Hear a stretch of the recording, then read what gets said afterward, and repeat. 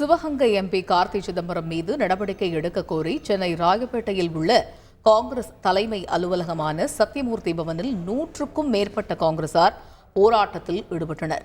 இதுகுறித்த கூடுதல் தகவல்களை எமது செய்தியாளர் சமயமணிவண்ணனிடம் கேட்கலாம்.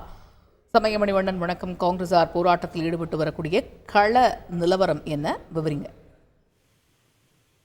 வணக்கம்.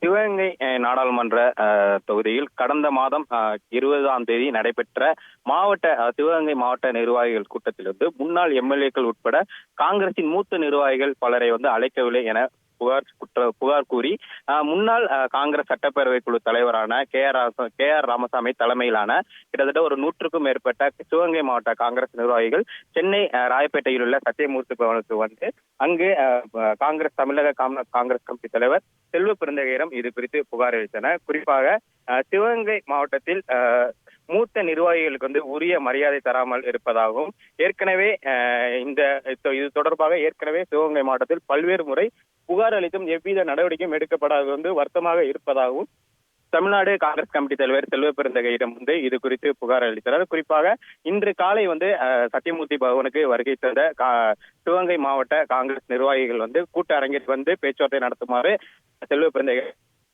அடிப்படையில் காங்கிரஸ் ராயப்பேட்டையில் உள்ள சத்தியமூர்த்தி பவனில் நடைபெற்ற அந்த சிவகங்கை மாவட்ட நிர்வாகிகளுடனான ஆலோசனை கூட்டத்திற்கு வருகை தந்த செல்வ பெருந்தகையிடம் இது குறித்து புகார் மனுவை காங்கிரஸ் சிவகங்கை மாவட்ட காங்கிரஸ் நிர்வாகிகள் அளித்திருந்தனர். குறிப்பாக இந்த புகார் மனுவை பெறுவதற்காக தமிழ்நாடு காங்கிரஸ் கமிட்டி தலைவர் செல்வ பெருந்தகை அந்த அரங்கிற்கு வரும்போது, குறிப்பாக இந்த அரங்கிற்கு வரும்போது சிவகங்கை நாடாளுமன்ற உறுப்பினரான கார்த்தி சிதம்பரத்தின் ஆதரவாளர்களை பதவியில் இருந்து நீக்க கோரியும், குறிப்பாக ராகுல் காந்தியை கேலி செய்வதாக கூறுவதாகவும் உள்ளிட்ட பல்வேறு கோஷங்களை அந்த கார்த்தி சிதம்பரத்திற்கு எதிர்த்தரப்பாக உள்ள இந்த காங்கிரஸ் சிவகங்கை மாவட்ட காங்கிரஸ் நிர்வாகிகள் முழக்கமிட்டனர். குறிப்பாக அவர்கள் செல்வ பெருந்தகையிடம் வழங்கிய புகார் மனுவில் திமுக கூட்டணியில் இருந்து கொண்டு கார்த்தி சிதம்பரம் திமுக விமர்சித்திருப்பது வருத்தமளிப்பதாகவும், அது மட்டுமல்லாது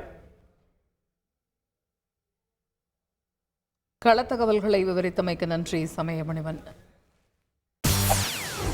செய்திகளை உடனுக்குடன் தெரிந்து கொள்ள உடனே சப்ஸ்கிரைப் பண்ணுங்க.